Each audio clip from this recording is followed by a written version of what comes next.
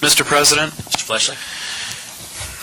how many of us have watched C-SPAN or CNN and groaned every time you see a politician give a mealy-mouthed excuse for why they're going to spend more than they're taking in? There's always a reason why they have to do it. There's always a reason why the tough decisions should be made next year by the next congressperson, the next senator, and we all say we'd do better if we had the chance.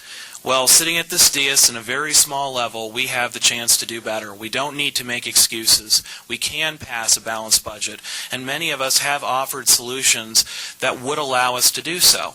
Not necessarily easy solutions, and it's never easy to cut back and do more with less, but that's what our residents and neighbors have had to do year after year after year in Willoughby Hills, and I admire them for that. They've also had to do it because the city raised their income taxes in 2010 and raised their sewer fees on a schedule of 5 years for 2013. And they're still suffering the effects of that. And yet, even after all of those instances where the city's asked for more from its residents and its neighbors, we come back to the budget again and say, well, we just can't balance it. That's not good enough for me. I'm not going to be that person who says the congressman should do better, the senator should do better, the president should do better, and then do the same thing. Now, I agree there should have been more meetings to discuss this budget, but I'm not the chairman of the Finance Committee. It's not in my power to call those meetings. I wish that we had discussions going back not just weeks but months, because our budget is one of the most, if not the most important thing that council does.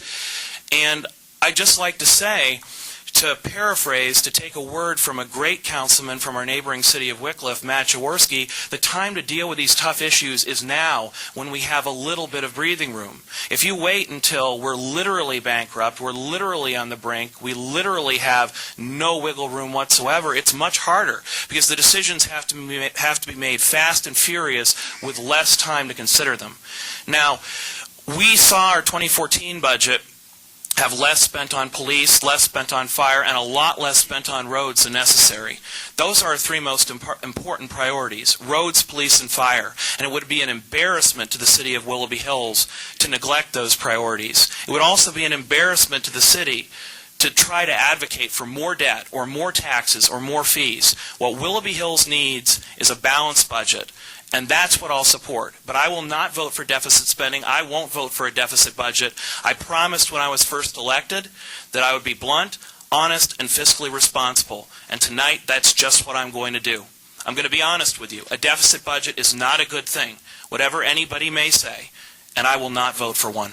Thank you. Thank you.